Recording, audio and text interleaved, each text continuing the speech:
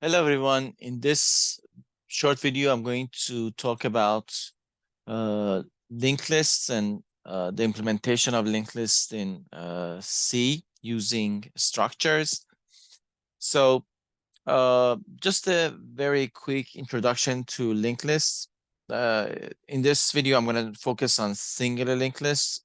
There are other types of linked lists like double linked lists or circular linked lists or circular doubly linked lists or circular singular linked list, but I only want to focus on the simplest version, which is singular linked list. The implementation of other versions would be similar, but let's see what's a singular linked list. Basically, a singular linked list is a chain of nodes, and each node stores one value and points to the next node. Now you may say, what's the benefit of using singular linked list? Singular linked list is an implementation of list abstract data type, just like a normal array. You use an array to store a list of elements. But if we want to compare a singular linked list or generally a linked list with an array, we can come up with these pros and cons. The pros are the benefit of using a linked list is the insert operation or the remove operation to or from a linked list is a constant operation. It's an order of one operation, which means it is pretty fast. If you know where to remove or where to add an element to your linked list, it can be done fairly quickly. However, if you imagine if you want to add an element to the middle of an array, you need to shift all the elements stored after that point one cell to the right so that you can find some empty spot and insert your element there.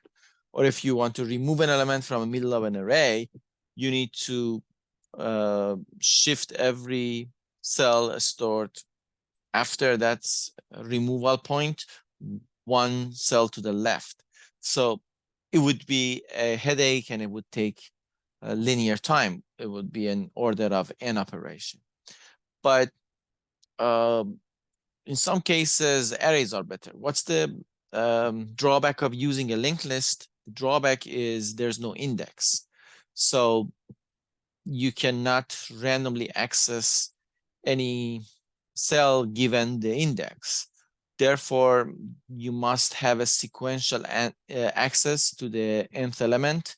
So let's say you want to access the element at index n of a linked list. There's no index, so you need to sequentially go from the very beginning of the linked list, which we call it the head of the linked list, and just from every node you can point to the next node, and then you have to go sequential one by one and traverse all the nodes before the node that you're looking for until you reach to the node number n and retrieve data from that node. So the problem or the drawback of using linked lists is that the retrieval of data would be costly. It takes linear time. So in some applications, linked lists are better. In some applications, arrays are better, but both of them implement the same abstract data type, which is called list abstract data type. Now, what I'm going to do next is I'm going to show you a simple implementation of a singly linked list using C structures. So the first thing I'm going to do is I'm going to show you the structure itself.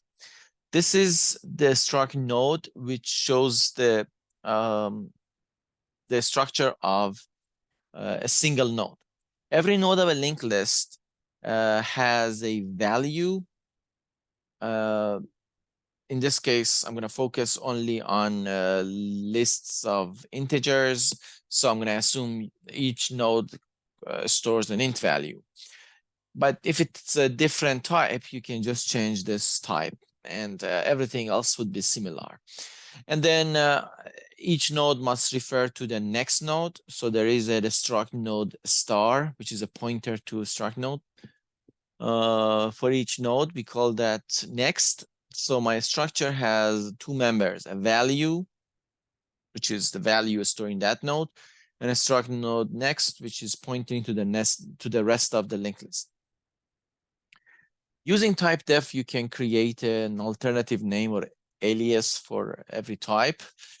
Struct node is 2 tokens representing a data type. That's a little bit inconvenient to refer to a type by two tokens. So using type def, you say type def struct node node. So from this line forward, whenever I say node, I mean a struct node. So that's a very good practice. Make sure to use type def right after you define your structure. Now, what I'm going to do is I'm going to use this structure to create a list of integers. Let's create a list of, I would say, integers 1, 2, 3, 4. The reason I use arrow to represent the list of integers is because I'm going to implement this list using a linked list. So basically, this is the value stored in the first node. This is the value stored in the second node. This is the value stored in the third node. This is the value stored in the fourth node.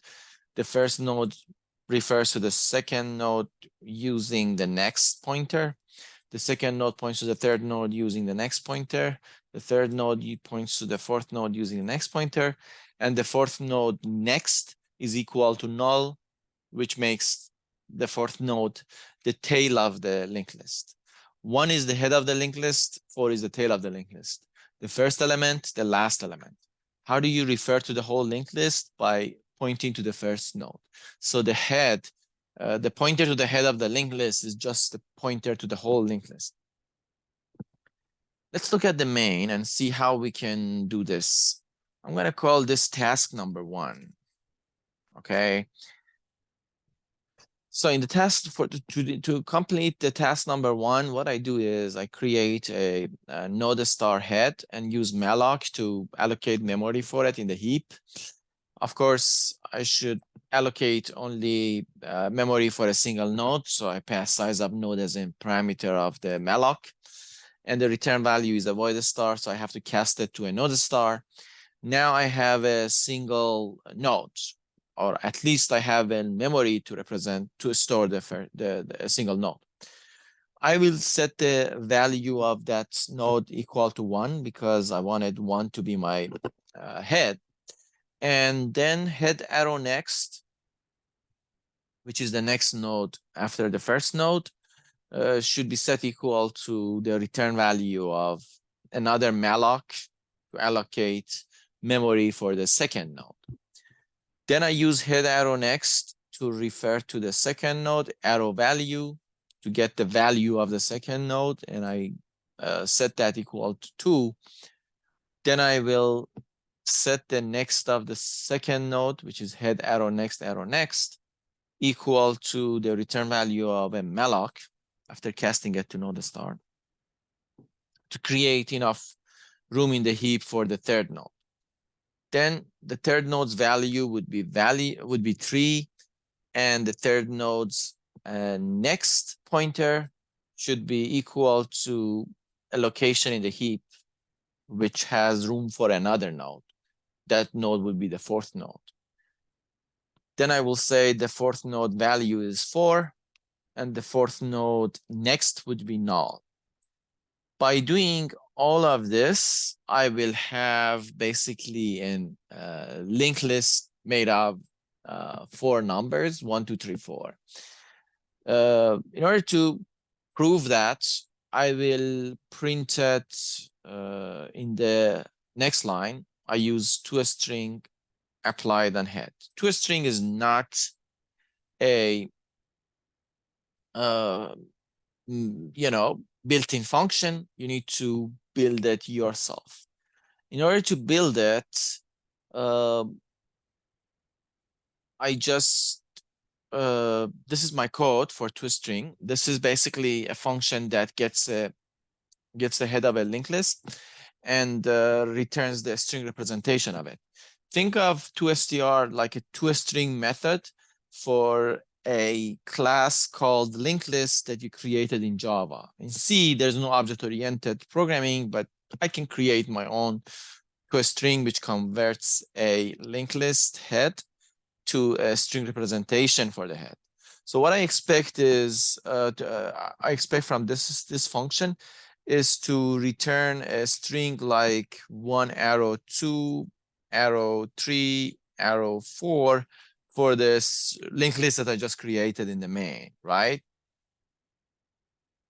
So in the second task, what I'm going to do is, as I just mentioned, let's create a toStr function for single linked lists. So we can print any linked list after its creation to make sure the linked list is in great shape. Or is in the expected shape, I should say. So what I will do is I first create enough room for storing a very long linked list. Let's say this room is like 1,000 bytes is good enough for storing the string representation of a linked list of size, let's say 100 or 200 or 300 if you have short integers. And what I'm going to do next is basically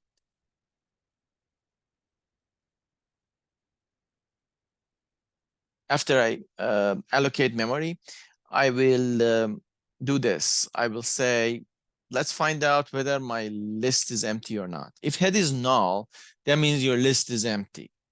If the linked list is empty, the return value of toStr should be an empty string. So RV0 is 0. That means I return I'm going to return an empty string. So I set RV0 and then at the end I return that. So eventually I return the RV. So RV is set to an empty string. So it should better, I should say RV here is set to the empty string. In the else part, what I will do is I will basically say, let's use sprintf to convert the value of head to a string. Sprintf is just behaves like a normal printf. The only difference is because of this S, which stands for a string, it doesn't print the result on the output stream. Instead, it prints the result into the first parameter, which is going to be a char star or a buffer that can keep track of the output. So I will print head value using %d into this RV. RV is basically an array of size 1,000 characters stored in the heap. So that's basically, this is basically telling the C compiler to create the string representation of head value. Then I will have a while loop in which I will go over all the nodes of my linked list. And as long as head arrow next is not null, I will do this. Head arrow next not null means I haven't reached to the end of my linked list. What I'm going to do is I'm going to concatenate my return value, which is that %s, by an arrow sign and the next node's value. Head arrow next arrow value means the next node's value. And that's gonna concatenate value to the RV, because after I concatenate the RV with the value, I'm going to store it back into the same char start, same RV, same buffer. And after I do this, after I concatenate the next node's value, I will advance the head. Head equals head arrow next. That means let head point to the next node. And then I will linearly traverse all the nodes of my linked list in this while loop until I reach to the end of it. When I reach to the end of it, then my head arrow next would be null.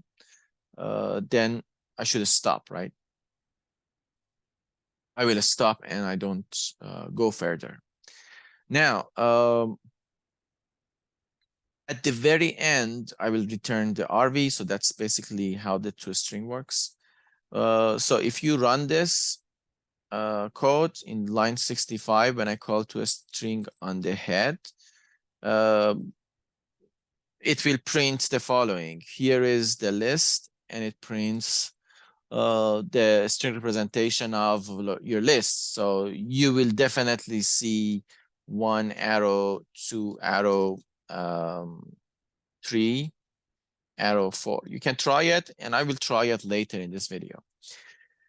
The next step that I'm gonna do in this video, just to make you more familiar with the concept of linked list, let's create a constructor for the singly linked list.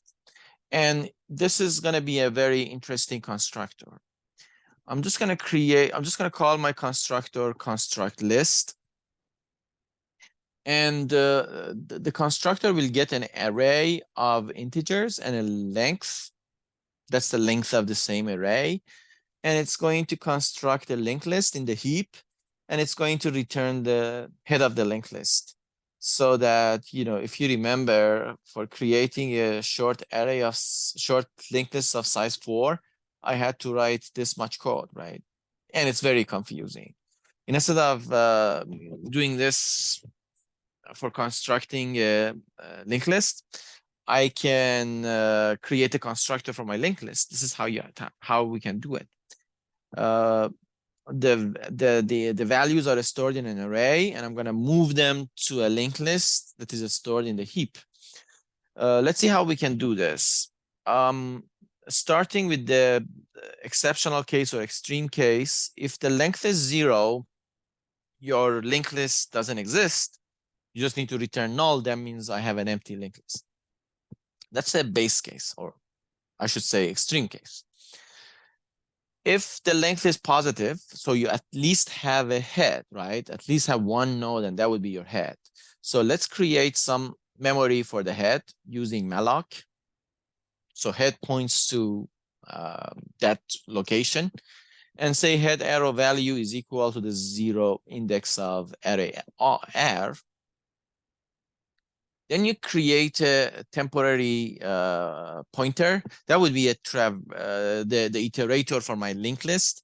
I will gradually move the temp forward to the next nodes as I build my linked list gradually by adding extra nodes to it. In a for loop for int I from 1 I less than length I plus plus, I will do this.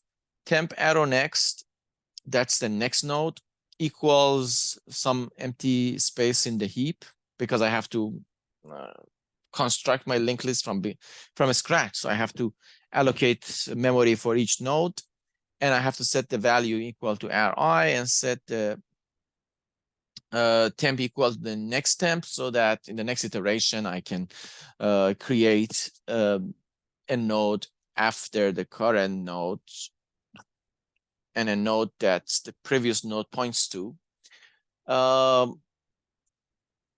So after this for loop ends, I will have everything stored in my all of the values of this array is stored in my linked list. So the last thing I need to do is I need to make the tail, which is temp, point to null. That makes the tail, right? Because if I don't do that, then then I cannot specify the tail. So I basically say, let's set tail to null. I guess instead of temp arrow next, I should simply say, let's see. I should, yeah, I guess I made a small mistake here. I should say,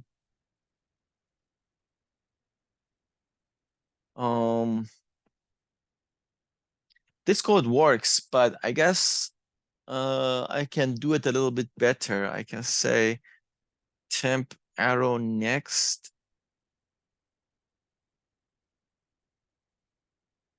Okay, I can say this.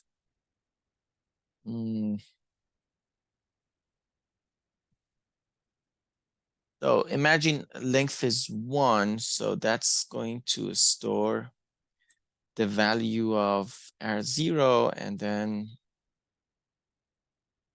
this is not going to be executed. No, everything is fine. Yeah, I made it in my head. I wanted to explain it. I made a small mistake, but yeah, nothing is wrong at the end. This is going to be the tail. So the element before the tail. So the element before the tail arrow next will refer to the tail, and then tail. Actually, temp is going to be tail. So tail arrow next is equal to null at the end. And then you return the head. So why do you return the head? Because after you construct a whole linked list, then you must return the head of it. That's how you can retrieve all other nodes. If you have the head, then you can retrieve other nodes because head directly or indirectly points to other nodes. All right, so that's how you construct a linked list. Now let's do the fourth task. The task number 4 is very simple. Let's create, or let's reverse a linked list. And I will do this in place. I'll tell you what in place means. If I want to reverse the linked list in place means I should not change the location of every node. All I need to change is the way the list, the nodes are referring to each other. So let's say, I'm just as an example, if you want to reverse a linked list like 1 arrow 2 arrow 3, that should be 3, or that should be something like this.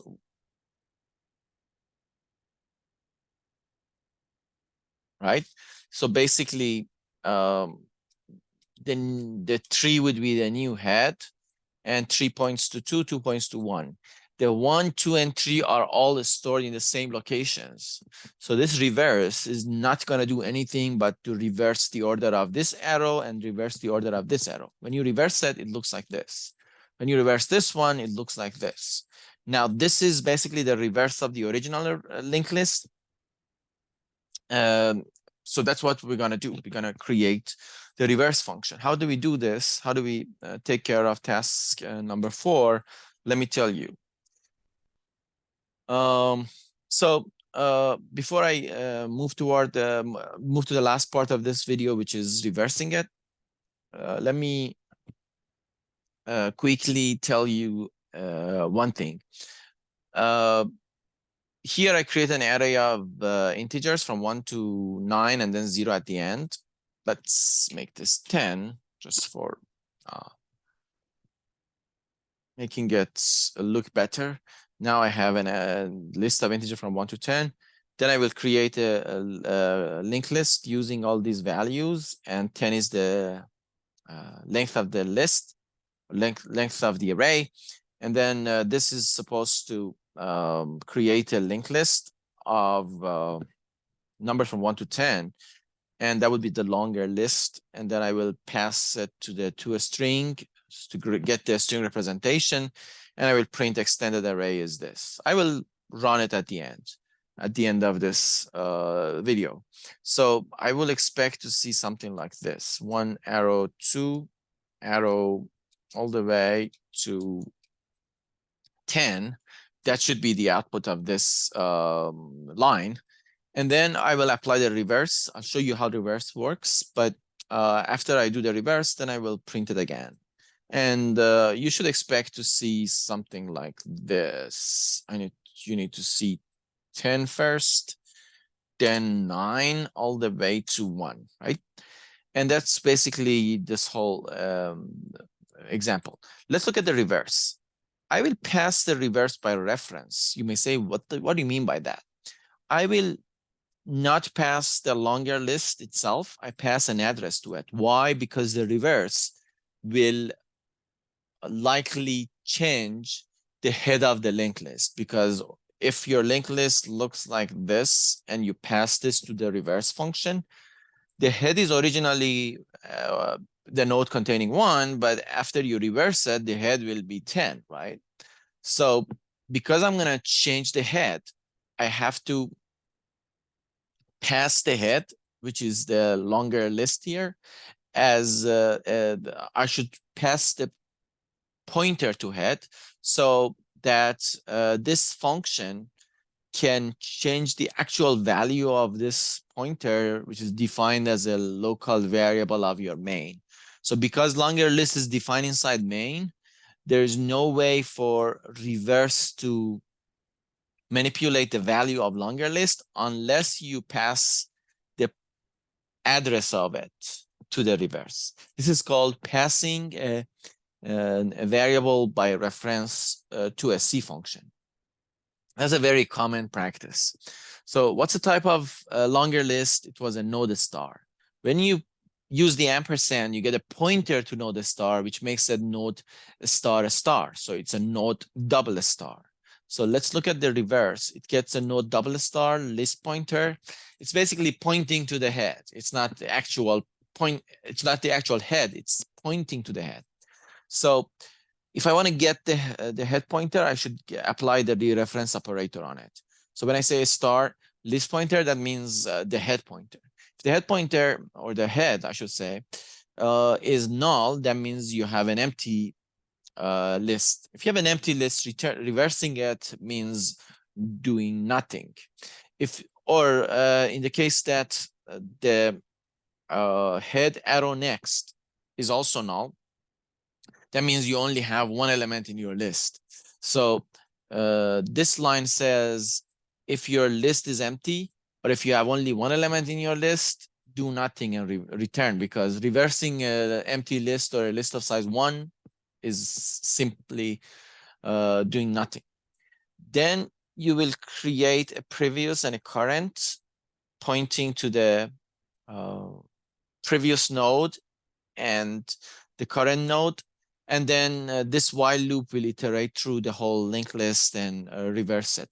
In order to show you how this while loop works, I'm going to create a brief annotation. Let's assume that you have the following. You have 1 as the current node, 2 as the second node, and 3 as the third node. Originally, 1 is your head, 1 points to 2, 2 points to 3, and 3 points to null, right? Let me use a blue color so I can explain better. Before that, let's see what the original head is. This is the original head, right? So that's what list pointer refers to originally. Then I will do this. I will create 3 pointers. I'm going to call this previous. I will call this current.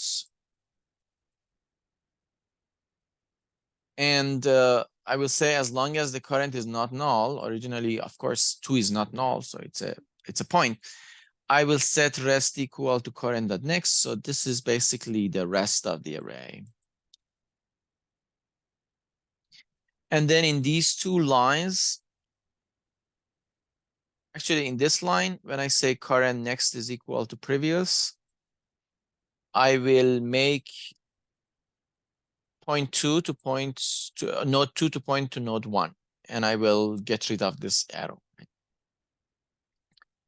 And I will say previous equals current, current equals rest. So after doing this, then I have to update both previous and current.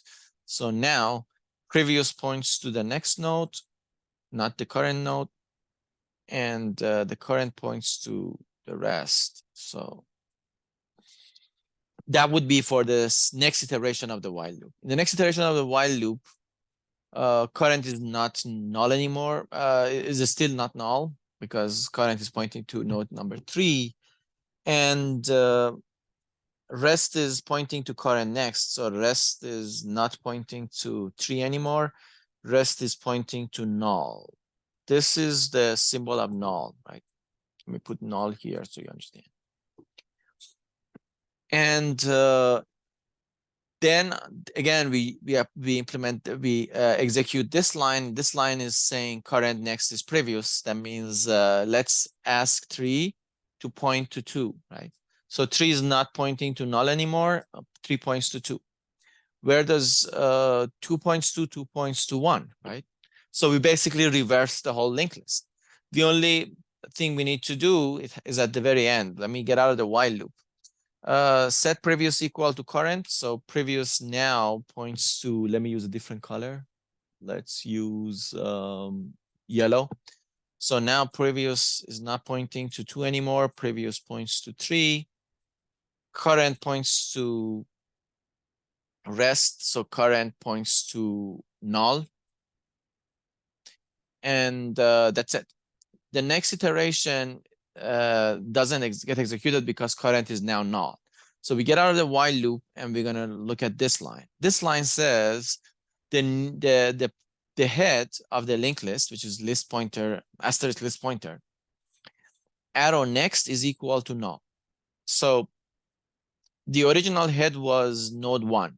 It says, let's ask node 1 not to point to node 2 anymore because we reversed the linked list. Instead, node 1 will refer to null, right? And the last thing we do is asterisk list pointer equals previous. That means what? That means the new head or the head of the linked list should now become the last node. Previous is now pointing to 3, so 3 becomes the new head. Now 3 is the new head, 1 is the new tail, and 2 is the middle element. 3 points to 2, 2 points to 1, and we have reversed the whole linked list. I hope that this animation or this annotation helps you understand the reverse operation. It's nothing but reversing the direction of each arrow. Then it's time to do a little bit of testing and making sure that everything is in the correct shape. Let me grab the Ocelot window and let me ls it. The list is the current list. Let me save this. So what I'm going to do is I'm going to just say gcc-o list, then single linked list.c, then I'm going to run it. And as you see, originally we created a short list. Then we used the constructor of a linked list to create a longer list. And then we reversed it, and that's the reverse one. So everything is working in the proper, like as expected. And that's basically the end of this video. Thank you for watching.